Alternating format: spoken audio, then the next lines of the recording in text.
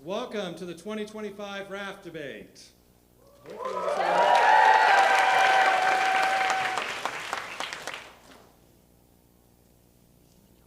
When in doubt, go with the backup. Welcome to the 2025 Raft Debate. Good evening. My name is Trey Mayo, and I'm the Assistant Dean for Graduate Studies in the new School of Computing, Data Sciences, and Physics. Thank you.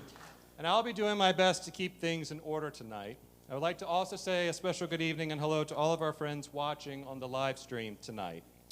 Now, for those who are new to the Raft Debate, this beloved tradition has roots dating back to the 1960s at W&M Mary and has entertained and educated many generations of W&M Mary students in this perfect union of comedy and intellectualism. What you will see tonight will also tie in with the principles of the Better Arguments Project by learning how to express our viewpoints, engage in constructive counter-arguments, and make room to transform, and perhaps have a little fun along the way. So how do we get here? Well, 3 faculty members are stuck on a desert island after a shipwreck and have a raft that can only hold one of them. Now, most normal people would work together to find a way to get everyone off the island as a team. But these are faculty members. And they figured it would be better to argue and debate to decide who should get off the island to save humanity. To make things more interesting, there's a devil's advocate who appears on the island, and this person's mission is to argue against everyone and negate everything you'll hear from the 3 faculty members tonight. It is this individual who will argue that none of the disciplines should be saved for humanity's sake. So now with that background story, let's meet tonight's contestants.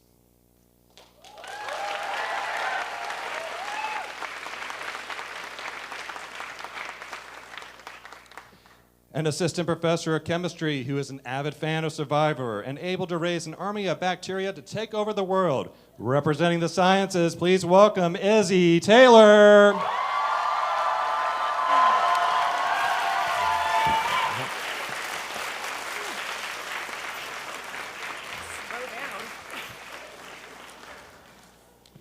The class of 1952 Distinguished Associate Professor of Anthropology and Asian and Middle Eastern Studies who plays a keyboard in a band, reads sci-fi novels, hikes, and makes vegan soup. Representing the social sciences, please welcome Andrea Wright. Oop, you lost the A talented and often inappropriately villainized mollusk who has appeared in many films like Deep Rising and The Beast. Backed by popular demand, please welcome home Amy the Squid.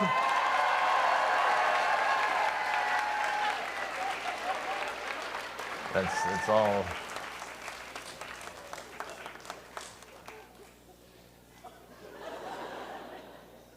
Next is the Walter G. Mason Associate Professor of Religious Studies, who is a devoted fan of the Dallas Mavericks, despite their questionable personnel decisions. Representing the humanities, please welcome Andrew Tobolowski.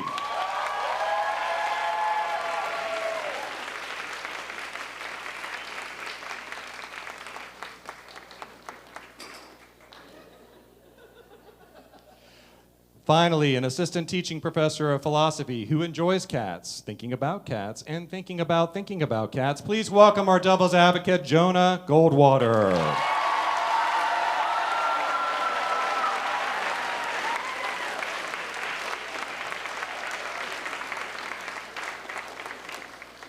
Well, welcome contestants, and here are the rules of the game. Each contestant will have 7 minutes to argue their position. After each contestant gives their initial arguments, each contestant will then have another 3 minutes to deliver their rebuttals. At the end of that round, we will then have some question and answers from you, our audience.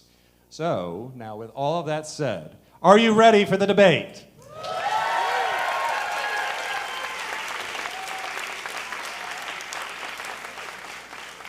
Let's put 7 minutes on the clock. And Professor Taylor, the shore is yours. All right, good evening, everyone. I am here tonight to defend the natural and computational sciences. And all right, so I know I've been on this island for a while now, but what I'm hearing is that the sciences need some defending, and especially funding for the sciences. Woo! This is the branch of knowledge that has given us penicillin, the internet, those weird AI videos of fruit getting cut, or glass fruit getting cut with knives, right? These are things that we don't want to have to live without. So I have a few reasons for you why you should bring the sciences back to save humanity. Number one, let's start with the obvious. Science works, right? When a physicist discovers a new particle, they can prove it, right? You know, they've done the experiments, they have the evidence, they can prove it. Scientists don't just sit around in cafes going, but what is gravity really? Right? No, they throw an apple, they do the math, and then they build a rocket, right? That's how it works. In science, if your experiment fails, you know it failed. In literature, if your novel fails, you just call it postmodern and say nobody understands you. So, you know, in fact, I'd say that scientists are the best with dealing with failure, right, and turning it into success. Because, I mean, really 90% of our experiments don't work. But we do the work to get them to work, right? We are resilient. We can troubleshoot. We can make things work. All right, and that brings me to my next point. Science is humble. I mean, you know, we have a bit of a reputation for arrogance, right, with our lab coats and bragging about how big our instruments are. But at its heart, science is probably the most humble discipline. I mean, at its core, we're saying we don't know everything, but we're trying. And, you know, that's why you're going to see every single paper ends with some phrase that says, more research is needed, right? Because we recognize that. We know that there are so many things we still don't understand. I mean, that honesty is pretty admirable, right? When's the last time you heard a politician say more research is needed? It's not going to happen, right? So the sciences are necessarily humble. We know there are a zillion secrets of the universe that are left to be uncovered, right? So if we stopped here, who knows what amazing discoveries aren't going to be discovered? All right, so if I could distill the sciences to kind of one motto, right, I would say that it is this. Right? I can't say this, I'm going to get in trouble. But it's fudge around and find out, something like that. Right, science is curiosity. It's basically just structured curiosity. And let me tell you an example of this, right? I think what it means is that even bad scientists can come up with important contributions to society. Let me tell you the story of Hennig Brand, right? This was a 17th century German alchemist. What was it that the alchemists were trying to make? Gold, right? So Hennig Brand's number one goal was to produce gold. And he had a theory. It wasn't a very good one. But he said, hey, you know what? Gold is kind of yellow. You know what else is kind of yellow? Urine. And I can make a lot of that, right? So he had his theory and he tested it. He boiled tons and tons of pee in his basement, right? His wife hated him. And he found a lot of something. It wasn't gold. It was phosphorus, right? So now we credit this guy with having discovered an element. And in fact, he was the first person that we credited with ever discovering an element. So, you know, he was the epitome of FAFO. And it worked. It gave us something important. You know, phosphorus is one of the basic elements of life. It makes up your DNA. Right? So on top of that, I mean, scientists are superheroes, right? I'd say if you want to bring back a discipline that's going to save humanity, let it be the discipline that is run by superheroes. Look at Marie Curie. She was the mother of radioactivity. She discovered 2 elements in a little bit of a more sound method than Henning Brand. And she did it all while glowing in the dark. And look at the Marvel Cinematic Universe, right? It's full of scientists, superheroes. I mean, Tony Stark, engineer, Iron Man, Bruce Banner, the Hulk. He had, 7 PhDs? Maybe didn't do all the lab safety training he was supposed to in between, but, scientist, superhero. Right, so I think, this can all be kind of distilled to one central thing, that the sciences are not just about data, right?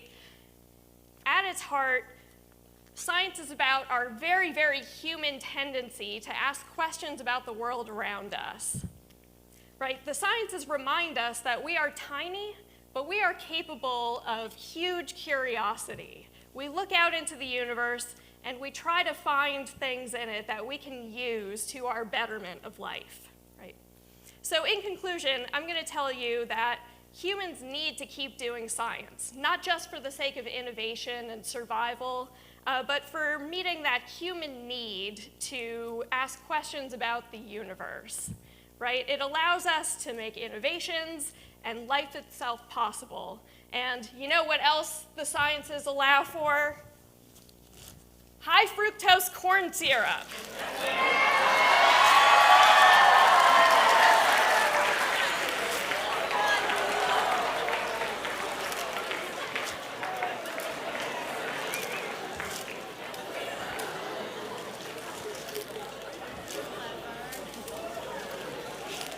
If we didn't have science, we wouldn't have Nerds Gummy Clusters. All right, thank you.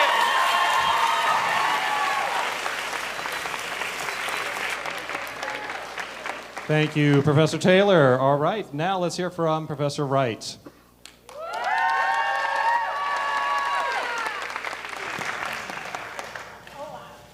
I am so excited to see you all. I've been stuck on this island for at least 20 minutes, and I really need to get off. And I need to get off not only because I need a soy latte, because it's been a really long day, but also because the social sciences are so important for humanity and humanity's future. Now, I'm not going to put down the other areas that we're discussing today. There's enough attacks on universities right now, and the work we do here at William & Mary is so important for the future. It's important for it's important for what we do, how we live today, and how we'll live tomorrow. And this includes the natural sciences. So, for example, the natural sciences just discovered that there's another moon orbiting Uranus. I mean, that's incredible. Of course, there's 95% of the universe that's made of dark matter and dark energy that they don't know quite what it is, but there's a new moon orbiting Uranus. And in the humanities, they give us poetry, and they give us music. So basically, they give us Taylor Swift, Kendrick Lamar, and Bad Bunny. And I love Kendrick Lamar and Taylor Swift.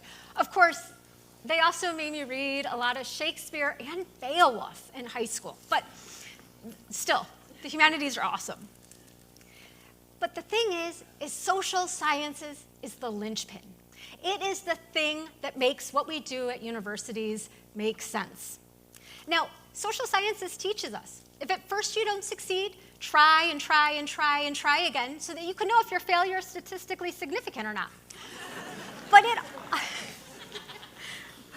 also tells us about the world, who we are, how we build relationships, and how we live in the world, how we structure it. So I'm an anthropologist, and anthropologists look at what it means to be human, and they look across time and they look across space. Now, I know you're looking up there and you're like, wait, is she Indiana Jones? Is that Lara Croft or the guy from The Mummy? And no, I don't run through ancient temples, stealing relics, and setting off zombie curses. That's my colleagues in archaeology. You're welcome, archaeology. But what I am is I'm a cultural anthropologist. And I go and I talk to people in order to understand things like how governments operate, how oil companies operate, and how people migrate and why. And so what I want to do is I want to tell you three really important things that I've learned as a social scientist that I think are so important. So the first is that social scientists talk to real people. We don't sit in labs looking at beakers. We don't read the same book over and over and over again. But rather, we go out into the world and we talk to people. And what happens when we talk to people is we have to listen to them. And this is so important in a world where we often think everything falls along two sides and we don't want to listen to the reasons other people think about things, but rather going and listening and having these conversations allows us to build community and allows us to learn and really learn and change our minds sometimes. So we go and we listen. The second is we learn about all the ways people live in the world. So here, this is a world, and I'm going to toss it to Victoria. Woo, and you can oh gosh, it just hit somebody. But you're welcome to pass it around. And then what we learn is there's so many ways of existing in the world. And there's so many possibilities. And what we learn by talking, sorry, I imagined it would float around beautifully. That would be science. Well, no, it's participation. It's social science. But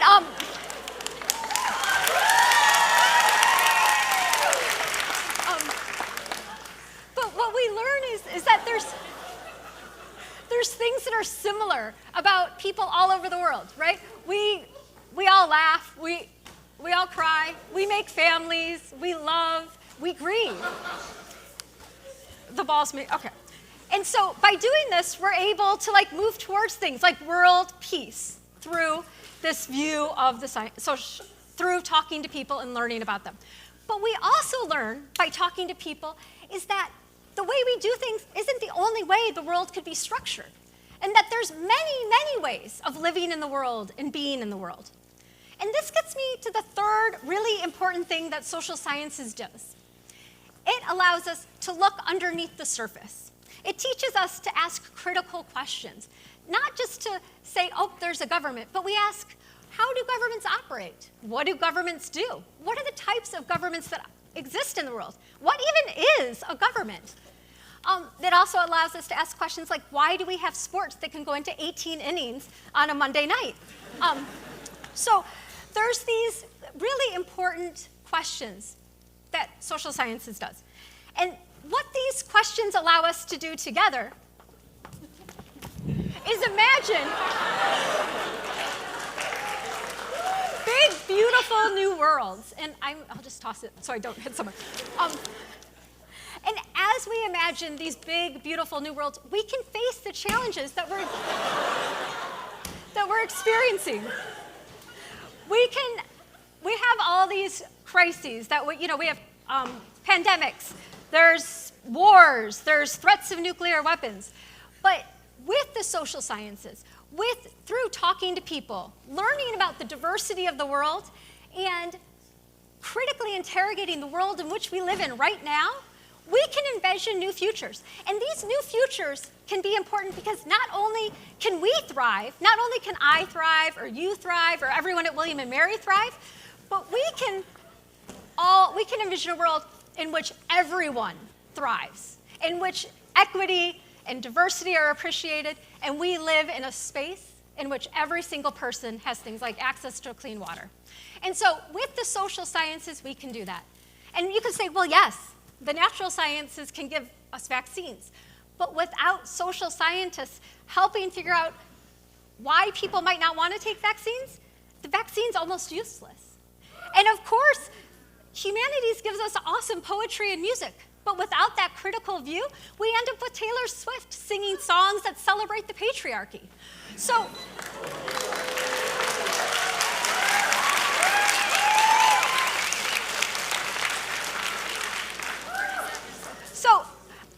I just want to say, with the social sciences, we'll build a new and better future together. So if you like hope, and you like future, and you want the world to be a better place, then you love social sciences.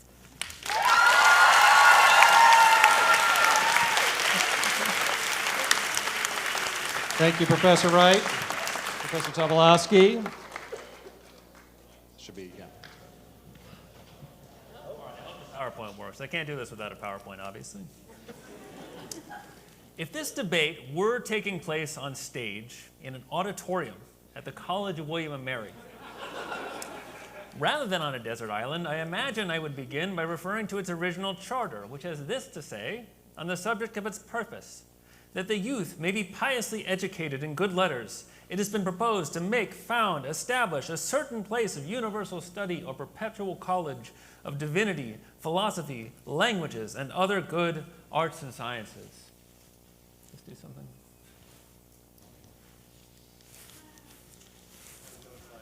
That's how you know it's live TV. All right, I can do this without the PowerPoint. I've changed my mind. I do not, of course. They're working on it. All right, we'll see what happens. I do not, of course, presume to know whether by other good arts and sciences the university's founders could possibly have been referring to the other disciplines represented on this stage, although, of course, I doubt it. But I think that we can be confident that they were not considered great or even really good in comparison to such named topics as divinity, philosophy, languages. To be sure, the 17th century had a number of bad ideas, for example, leeches and the geocentric model of the universe, both of which I will remind you are scientific contributions. But as the old saying goes, even a stopped century is right twice a day. At any rate, there we go. We are indeed gathered here to debate which one of us deserves to get off this desert island. I can see where this might seem like a tough question to answer, and of course, as any humanities scholars would undoubtedly point out, there are many ways to answer it. A philosopher, for example, might well ask whether there is something else that might make someone more worthy of life besides what they do for a living. For example, if they are slightly taller, or better at basketball, or have a longer last name. Be that as it may, we have the task we have before us. Or, as Abraham Lincoln, who was almost entirely self-taught from books, you're welcome, might put it, we are met on a great battlefield of the war between the disciplines, testing whether this discipline or that much worse one, so conceived and so dedicated, can get off this desert island. It is for us to be here dedicated to this great task remaining before us, so that the other people on this desert island will not have died in vain. So here is one way of asking the question. Who is the person most likely to survive the challenges up ahead so that it even matters whether we get on a raft in the first place? How can we know? Well, consider what the sacred texts tell us, by which I mean science fiction television series like Battlestar Galactica. Battlestar Galactica is really a lot like the Raft Debate in the sense that it's about a single ship carrying all that remains of humanity with it, bound to shores unknown. Who is the right person to keep the flame of humanity alive somewhere other than this desert island? Well, you tell me. This is a show that starts with the almost complete annihilation of humanity at the hands of an android race called the Cylons, except for the one ship that refuses to update to the newest version of Windows. Who deserves it? The people who are right now working as hard as they can to build the Cylons? ChatGPT would probably tell you that seawater, known to be fatal in larger quantities, would make a nourishing broth to keep your strength up. Or, in a show where humanity is ultimately saved by the power of weird artifacts, like the arrow of Apollo, random ghosts who don't know they're ghosts, and a little Jimi Hendrix, might it be that someone who hasn't updated Google Chrome since 1999, but reads a whole book every now and again, is better prepared for the hazards of the journey? Or what about Dune, where once again, incredible technological know-how and advanced science bring the world and perhaps the universe to the very brink of destruction before a couple of modern languages and literatures grads return from their study abroad to put things right? Now, I know what you're thinking. Movies aren't real life, not unless they're narrated by Ken Burns. But you know what is real life? The rigors of the journey, acknowledging that neither a humanist, nor a chemist, nor an anthropologist is in that specific capacity more likely than the other to know how to reef a mainsail or whatever. What is likely to give you more fortitude for the journey? The heroic tales of adventure and survival that are the humanist stock and trade, or doing the quadratic equation or whatever?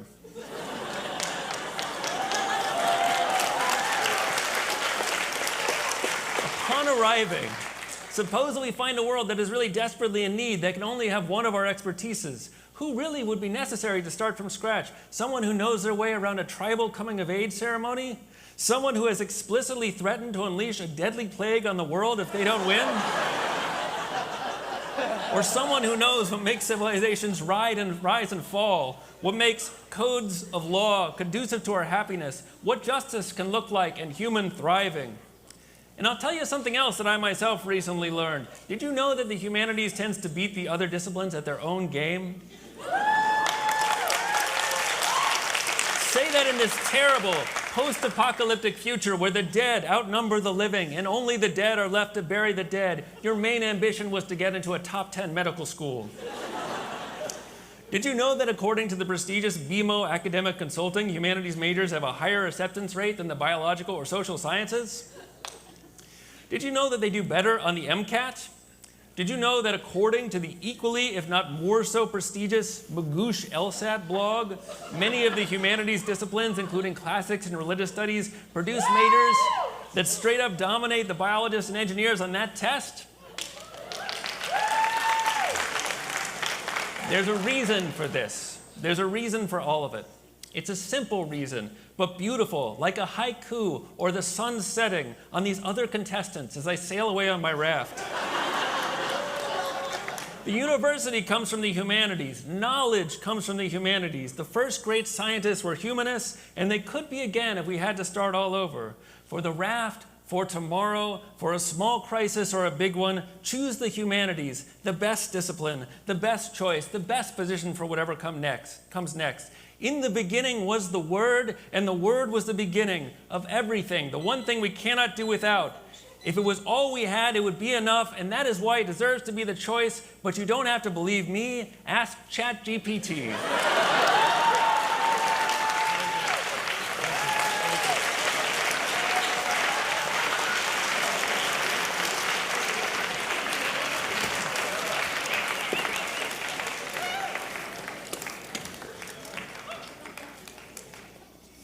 So next up is Professor Goldwater, the Devil's Advocate.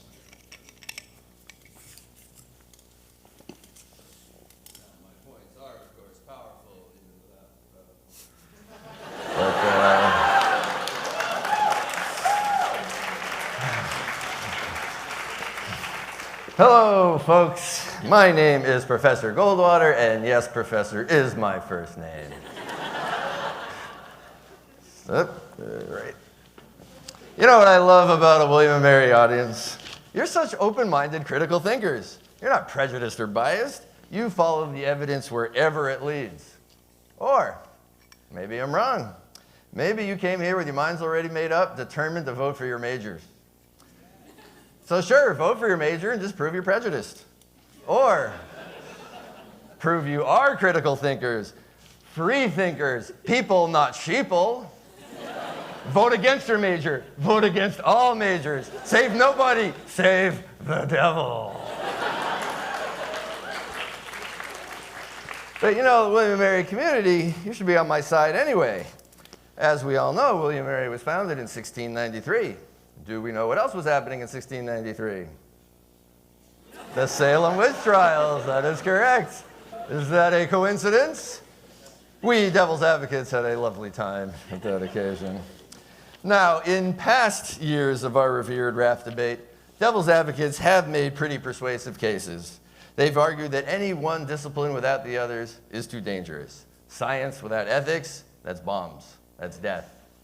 Humanities without science, that's no hospitals or medicine or soap, so that's death. Social science without the other two, I have no idea what that is, but I'm sure it's death. Now, that argument is good. Let's see if we go. That argument is good, and I'm going to build on it.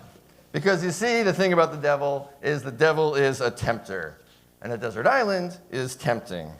Just think about all you disciplines. You'd be so happy here. The island is really where you do your best work. Science. In chemistry, you've made some of your best progress with chemicals found only in tropical plants and animals. Anti-malaria and anti-cancer drugs, poison antidotes, and so much more. Your friend in physics can join you. You can study the fluid dynamics of coral reefs or the atmospheric dynamics of tropical cyclones. Plus, we all know you need desert islands to test your nuclear bombs. Nearly deserted. Biology's greatest discovery, evolution, was on a deserted island.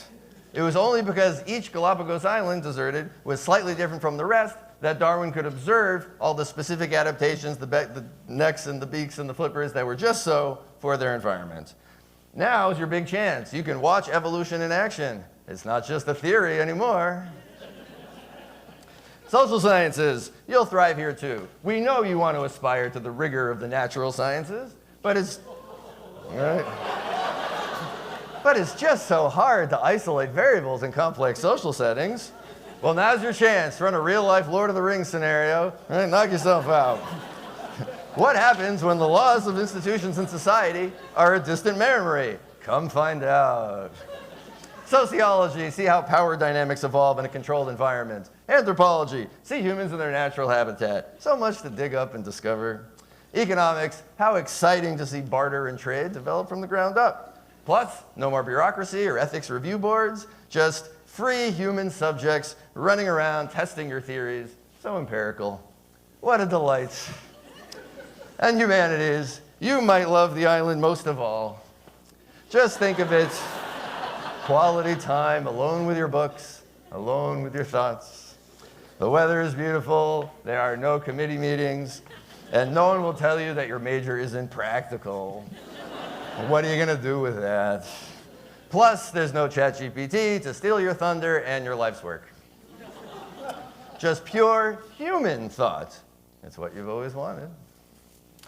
Philosophy, you love your desert islands. Philosophy, you love your thought experiments and hypotheticals. Well, what if you were stranded on a desert island? Now maybe you can finally prove something for a change. Arts, think of the landscapes and the scenery, the exotic media and materials you could use for your art. There is no more beautiful studio in all the world. And religion? Perfection. See how a new religious community forms. Form a new Garden of Eden even. See if we don't make the same mistake twice. Yes, friends, these disciplines would thrive on the island, and so I know you're tempted, and I know you're even convinced. But here's one more proposal, because staying on the island, well, that's a win for the rest of us too. Why? Well, because ignorance is bliss. Look, what these disciplines really give us are inconvenient and depressing truths. Science just tells us how big and old the universe is, how small and puny and meaningless our lives are by comparison, how one day the sun will explode and all life will end and entropy will swallow everything, how our highest and noblest feelings of love and devotion and sacrifice are nothing but chemical reactions that evolution programs us into tricking us into passing on our selfish genes.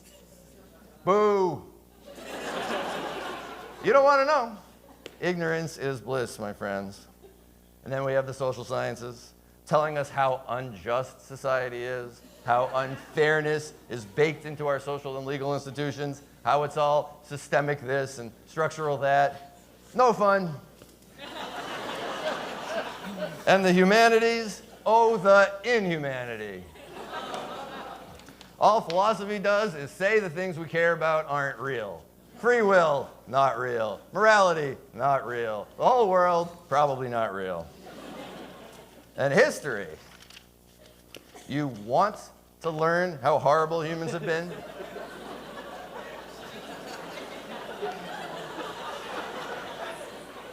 All the violence and the war, the conflict, the genocide.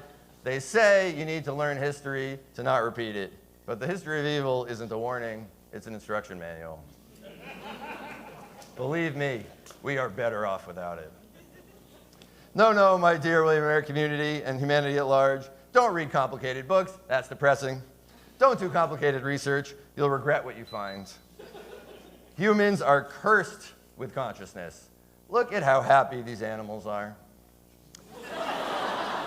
So my friends, keep everyone on the island. It's a win-win.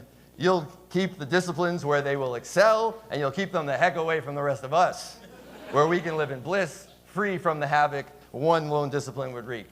Oh, and don't forget your free critical thinkers. So friends, let the disciplines be themselves and save yourselves. Let no one off the island. Thank you. Thank you, Professor Goldwater.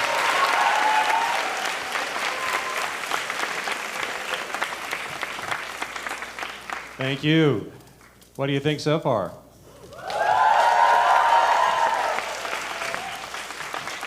So good work so far. Now we're going to move into the rebuttal round. Let's see what you got this time now. Let's put 3 minutes on the clock. Thank you. Professor Taylor, you're back up. All right, I'm back. So, first things first, I have been exploring the island, as the devil's advocate suggested I do, right? Found a crab earlier, made a hat out of it. She's a scientist. She's a fashion designer. What else can't she do, right? Watch out, squid.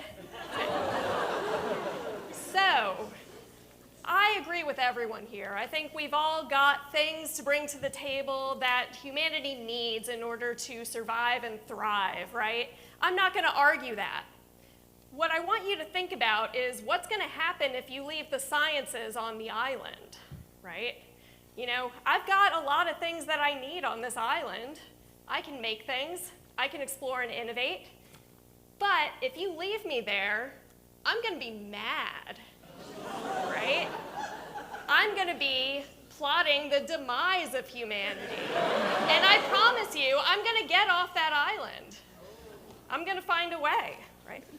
So, you know, just think about it. Let's go back to the Marvel movies, right? What happens when you burn the scientist? They become the villain. All right, so, you know, you're going to give me a lot of time to plot the destruction of humanity if you leave me here, right? And I'm going to invite whoever gets left behind with me. Let's join forces and bring down humanity. We can do it. We've got the resources. I mean, today I made a crab hat, right? But tomorrow I could make a phosphorus bomb. And we know where I'm going to get that phosphorus from, right? Thank you, Hennig Brand. We're going to get it done. So please don't leave me on the island because I want to do good. I do. I truly do. But I can hold a grudge. And remember, FAFO, this time it's a threat. All right. There's more candy.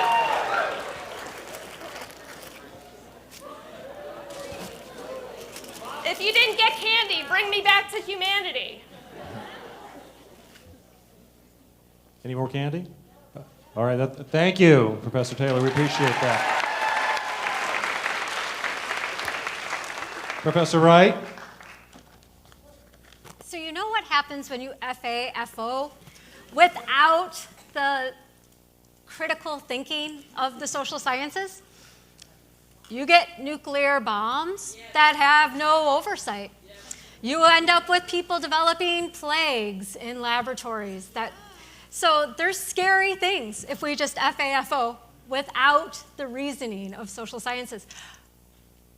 But we also actually have evidence, social scientists have evidence about what happens when places don't invest in social science. So after India was partitioned and became India and Pakistan, in Pakistan, this is after 1947, there were limited resources. And so the universities really invested heavily in the sciences because they saw that as the future. And they invested heavily, some in the humanities for like religious studies and things. Do you know what happened in Pakistan? Do you know the history of Pakistan? It was many, many military dictators. Now, I'm not saying not having an anthropology department in your big universities is going to lead to military dictatorship, but we see a correlation there. So we need the social sciences to help us figure out how to live in the world. And we get data not only about how we live right now in the world, but all the different ways people live in the world. How we know people live without books, without textbooks, without religious texts, and without laboratories. But they always have their family, they always have their community, they always have their neighbors, and social science helps us understand and imagine a better future. So if we want to build this future together, we need to take seriously social science. So, thank you.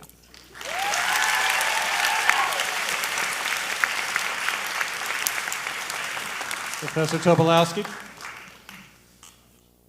Part of my outfit.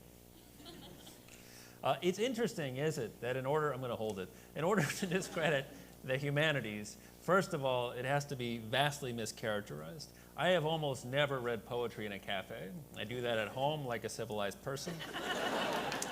What I do is study a certain influence on society that you may have heard of. It's called the Bible. It's very well known.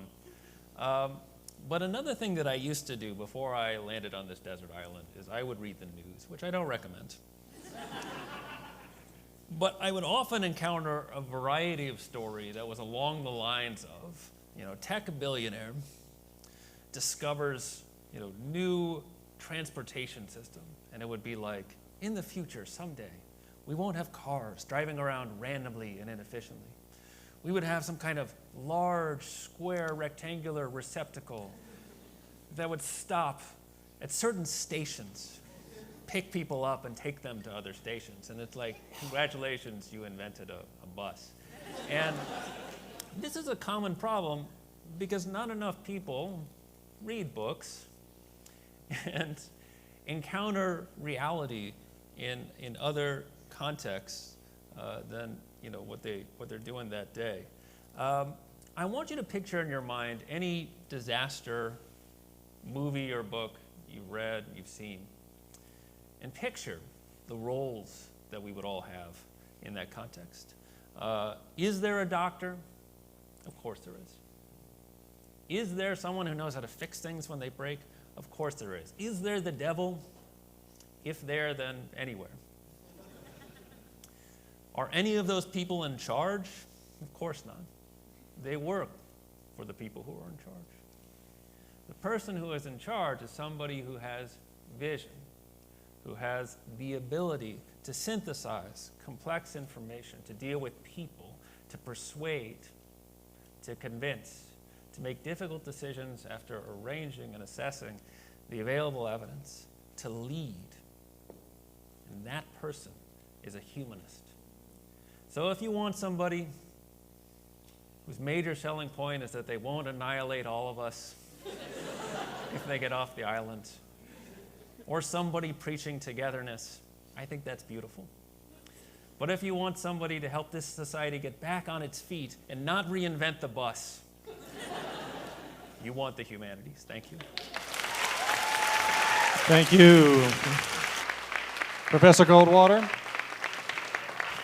All right, so let me start by addressing my esteemed pea-boiling colleague. We are to believe that with these great powers that science has, that we can trust you off the island. You're going to threaten your way off the island. How do we know you shall be a benevolent dictator upon your return? Don't obey in advance, people. Keep them on the island. The social sciences, you talk to people, that's very nice. Are you so sure that these people want you to talk to them? They were living quite well on their own, if memory serves. And the humanities, oh, the humanities. We do well on practical tests, standardized tests. We get ourselves into the job force and the workforce. But my point is, do you really want to live under the tyranny of practicality? The ivory tower is a beautiful place. The island is a beautiful place. Free yourself from the market pressures and the job pressure and this need to beef up your resume. The island awaits. But I'm not really here to engage in a tit-for-tat with my esteemed colleagues. The devil, as a being and man of principle, is above that kind of thing. So here's my principle, a principle of justice.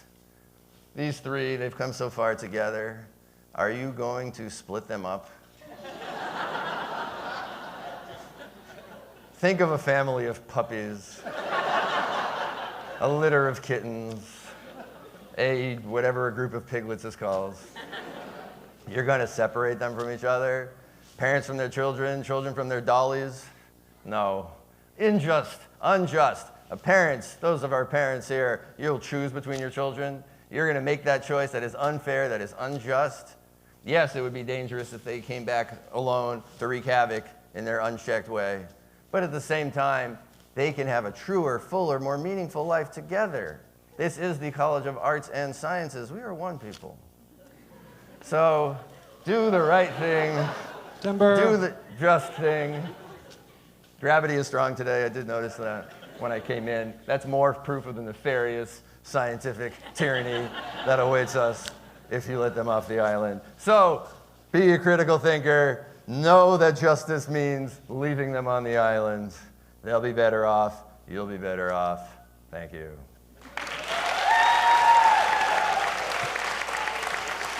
Thank you, Professor Goldwater. If I could now please get the house lights up so we can see our lovely studio audience here tonight. There you are.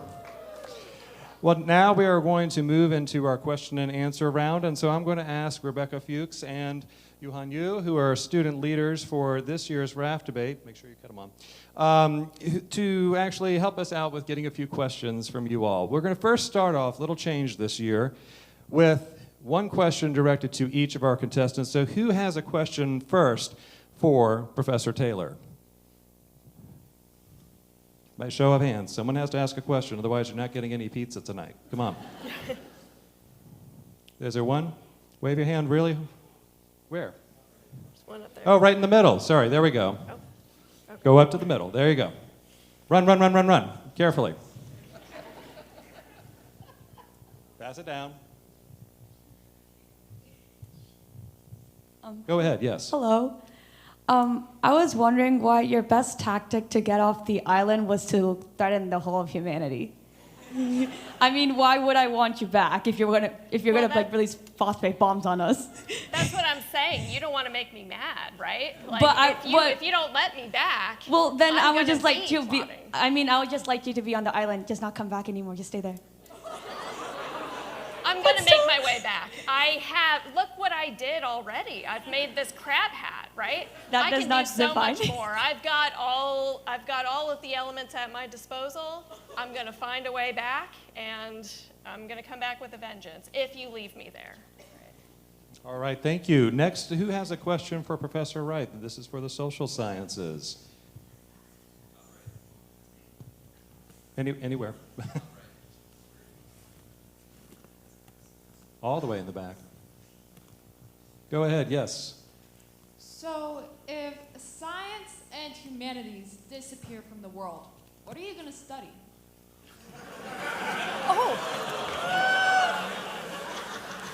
Wait, I'm gonna stand. Okay, I can't talk and sit clearly. So that's the joy of it.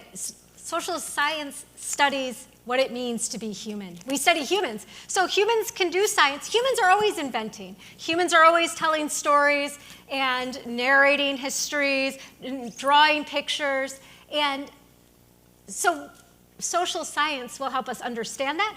And humans are always innovating and discovering new things. And also, humans are always trying to understand themselves, understand who am I? Why am I here? And these get to the social sciences questions of like, what's the point and why do we do what we do and why is society structured as it is? So even if social science makes it off the island, science, the natural sciences, because social science is also a science, will continue to, people will continue to innovate. And people will continue to tell stories, and ghosts will continue to knock over palm trees. So I hope that was helpful. Thank you. All right, next, who has a question for the humanists? Professor Tobolowsky. It's really hard to see sometimes. Let's see. Right here, front row. Right here. Thank you. So you mentioned something about survival movies and such, and my question for you is, firstly, have you seen a TV show called Lost? Secondly, those people who are the visionaries, they all die unless they get like medicine. They need some Deus Ex Machina from like the person who knows how to cure the zombies or whatever.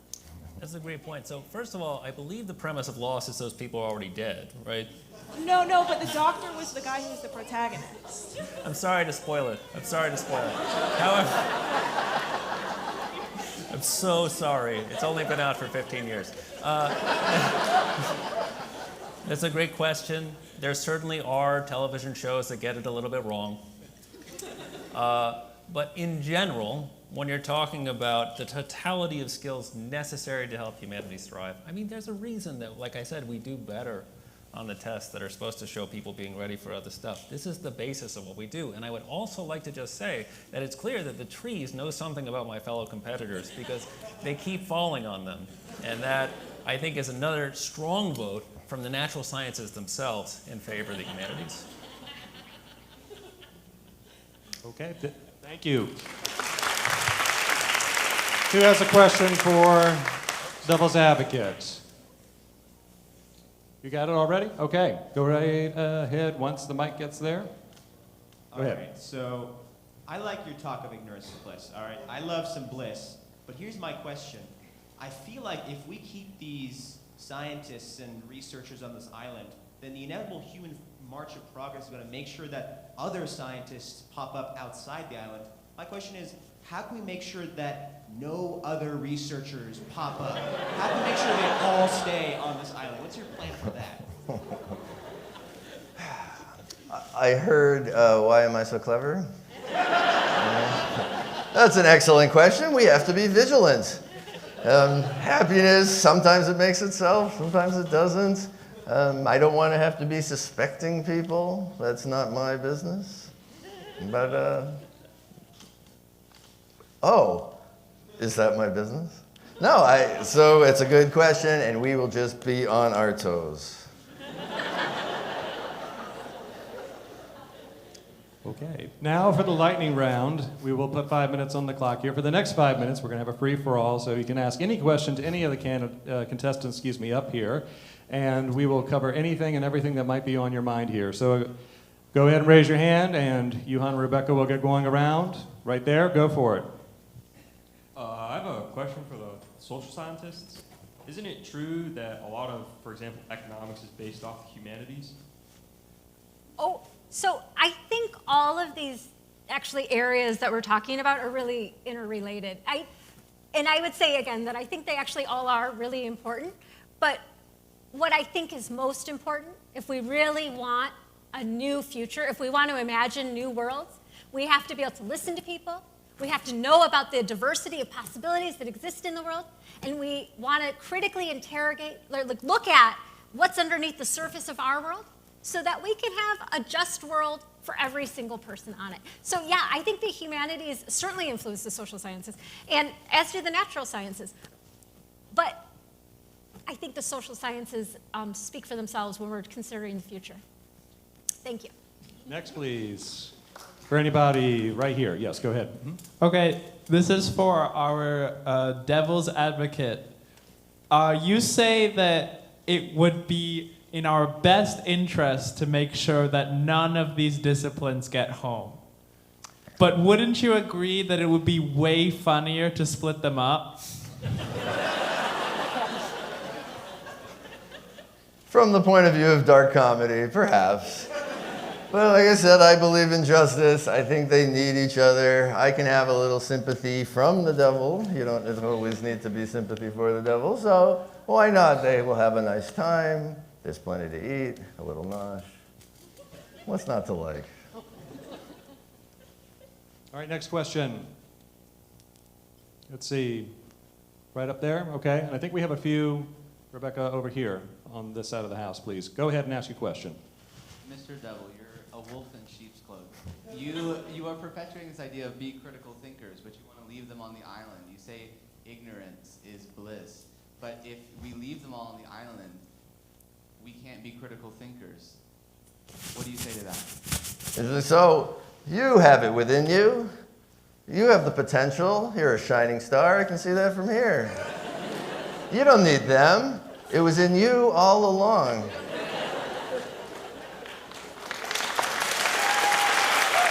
All right, where's our next question over here? Okay, my question is for the squid. Who are you rooting for? One moment, please. I am an impartial squid. That's not a good answer. Hanging out in the ocean. Yeah. Okay, she's an impartial squid. Where's our next question? Right there in the middle. Right down here, right here in the middle. So I see Professor Taylor and you have on Survivor shirt, and Survivor is the best, and I love Survivor. Yes. I'm wondering if you had to vote out one of the other disciplines off the island and not to be able to continue their discipline, who would you vote off? Oh, that's so hard. Well, so I'm glad you brought that up because I also did find a hidden immunity idol on the island. So I'm glad that came into play. Very, very tricky question. Well, you know, I don't really like the whole appropriation of science, right?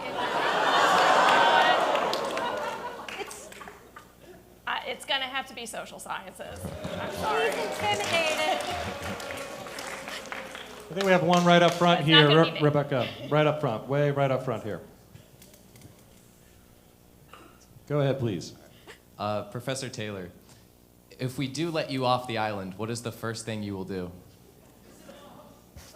Well, I mean, you know I said all those horrible things about what I'm going to do if I'm stuck on the island, right? But I know that we need these other disciplines, so I'm going to get working on getting them back to humanity. And then I'll get back to the lab. There's more research needed. Yeah, that.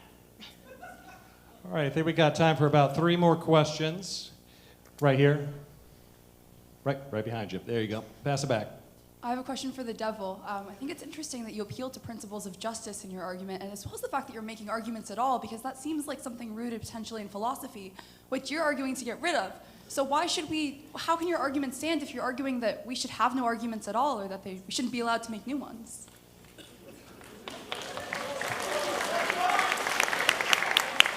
Well, thank you. I mean, similar to what I said before, we can do these things intuitively. We had thoughts, we had principles before these fields came into being. An eye for an eye, and et cetera, et cetera. That's a code that predates any of these academic disciplines. We don't need all this, these Johnny-come-latelys. We have it inside of us. We'll be all right. All right, I think we've got 2 more questions. Did I see one right here on this side of the Rebecca? That's on you, right over there. And then we will have one that we'll get back to right over here. Go ahead, please. Mm-hmm. My question for Ms. Taylor is, if you have enough resources on the island to get back yourself, then shouldn't you give the raft to one of the other disciplines that both of you can go back? You know, what I said was I'm going to be angry if you leave me on the island, right? So just let me go back, and I'm going to have the best attitude going forward, right? Yeah, no, I could come back, but I mean, I'm not going to be happy, right? All right, I think we have another question. Was it right here? And just cut it on. There we go. It's on now. It is on now. I have a question for the devil's advocate.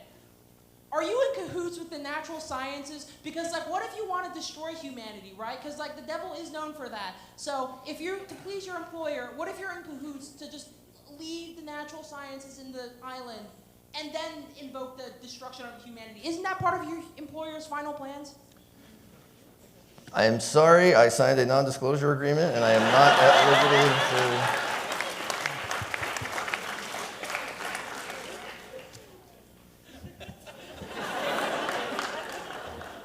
All right, did I have another one I thought I saw? Right over here by the camera person, right over here. Go ahead, please. I have a question for the humanities professor. You said that humanities majors make for the best leaders, right? Would a good leader put themselves first on that raft? Sorry, say it again. Whoa! Say that one more Would a time. good leader put themselves first on that raft? That's a great question. Well, I think the best thing that you can do for humanities is a thing that is best for humanity. So if in certain cases that means you put yourself first, that's what you should do. Last night I was in a 3-on-3 basketball game. I'm in the league here. I'm very sore. That's why I'm not bothering to get up right now. But if I'm not chucking from outside, my team's not going to win. So I have to do that. Even though at home I'm a loving father, a loving husband, a good colleague to many of you in this room, others hopefully a good professor, but sometimes you just got to chuck.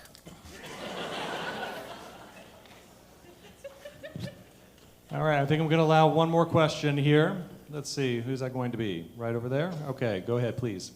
I also have a question for the humanities.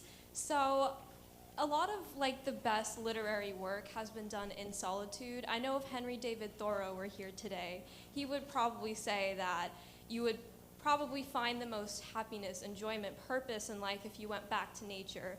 So wouldn't you actually be making the most advancement if you're on that deserted island as opposed to coming back to society? Well, let me tell you about Henry David Thoreau. So number one, Ralph Waldo Emerson owned that cottage. It wasn't his cottage. Number two, it turns out he went into Boston every freaking day. So he went off to his cottage and he was like, solitude is so great. And then he went to, Newberry Street and got a cannoli or whatever.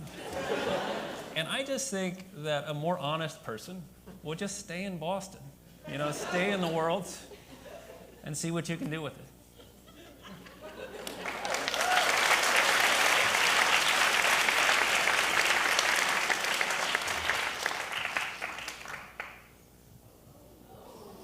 Oh, hey, Judge. Hi.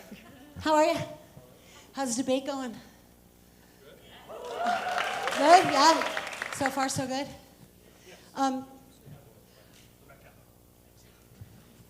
Social sciences, are they getting off the island because, I don't know, they found Noah's Ark? I don't know. We'll How about the find out. sciences? You guys finally figure out what dark matter is? Maybe. How about these guys? They prove the existence of God yet? Huh? So I'm I guessing think he Devil's did. Advocate is going home tonight, right? Come on. All So right. this is Erica McLeod, who is our executive producer for tonight. A round of applause for Erica. So Erica, what brings you on stage tonight? Well, two things. Little housekeeping first. Sure. So the dean, unfortunately, was not able to join us tonight. She's really sad about that, but she's traveling.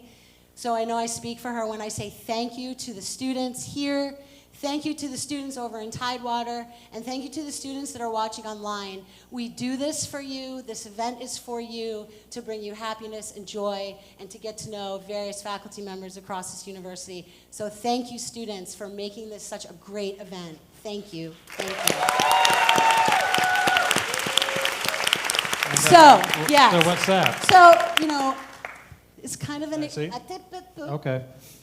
It's kind of an expensive event, right? Yeah. So it wasn't in the budget to airdrop anything here tonight. So I paddled over from Tidewater A, where, by the way, there are 125 pizzas waiting for all of you, a plethora of toppings. But I brought a special one over Did you? that I thought maybe this group might like. Okay. Go ahead. Okay, let's see.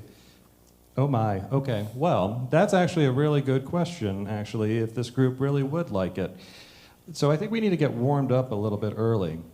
That's a pineapple pizza.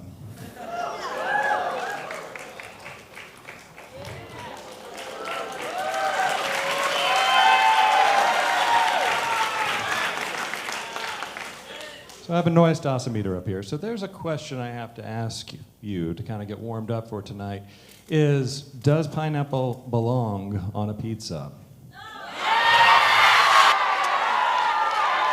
So, hold on.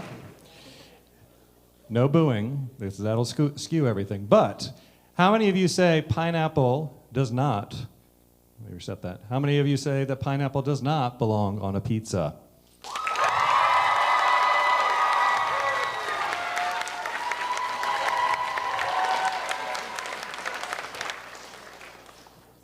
Okay.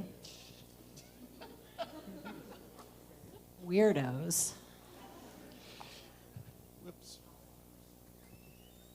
How many of you think pineapple belongs on the pizza?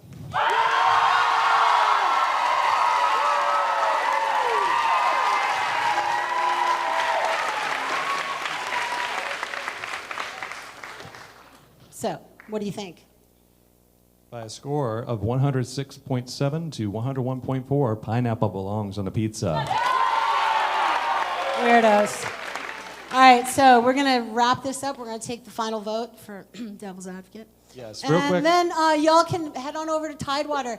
I ordered enough pizza for every person to get 2 slices. However, if you see that everyone is eating and there's still left over, please take some home. Take it back to your dorm. Share it with your friends. Take it back to your apartment. We don't want any leftovers tonight. And again, thank you, thank you, thank you. Thank you. Real quick, and I'm just going to ask him to actually stand right up front here, but before we move into final deliberations, I'd like to acknowledge Rebecca Fuchs and Yuhan Yu, who... They've been our student leaders for this year's Raft Debate. Thank you so much to both of you for your enthusiasm and for all the work you did with tabling, for rallying your friends around to also come in here.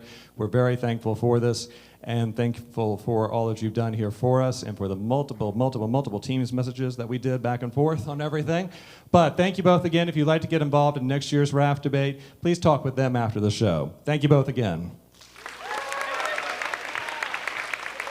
So now this is going to be a tough decision, and you will each have 15 seconds you will have 15 seconds to make as much noise as you can for the contestant who you think should get on the raft to save humanity. So, with that said, who thinks it should be 15 seconds on the clock? You ready? Yes. Suspense is killing us. Okay. 15 seconds on the clock. Who thinks it should be Professor Izzy Taylor?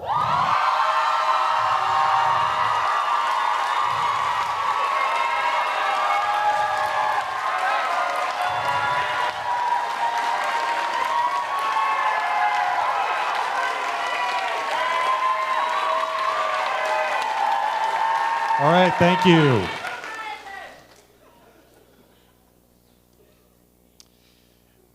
Who thinks it should be, sorry, this thing is a little hard to operate here in the light.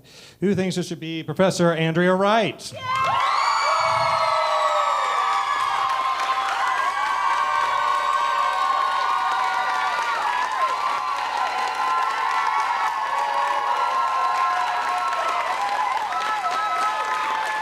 All right, thank you.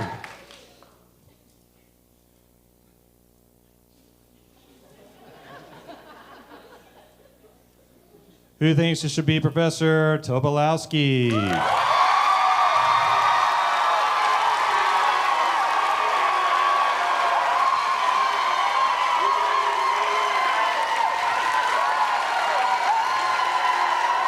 All right, thank you.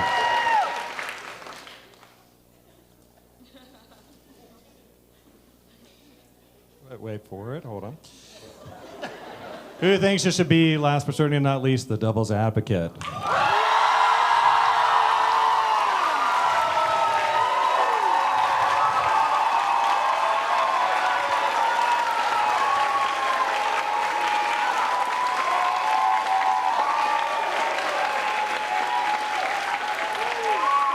All right, thank you.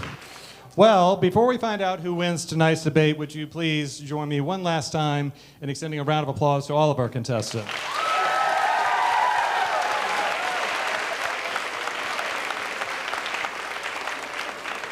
We also have a few other individuals who we would like to acknowledge and thank. I want to thank many members of the Dean's Office and the Dean team in the College of Arts and Sciences, as well as Abby Schaefer and Shelby Mertens for all of their communication work. How about Amy the Squid again? I mean, one more time. She did the best she could.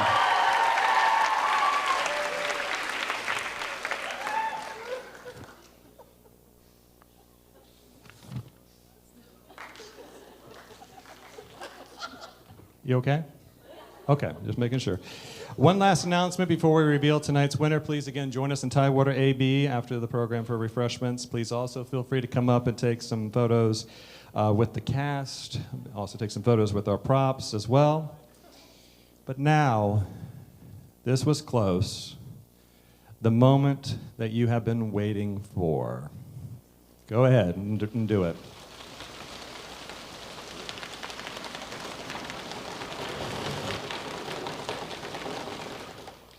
The winner of this year's Raft Debate is the Devil's Advocate.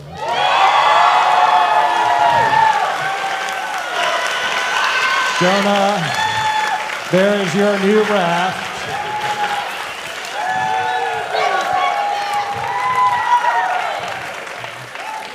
There's your new raft, Jonah. Bon voyage, arrivederci. Have a great time.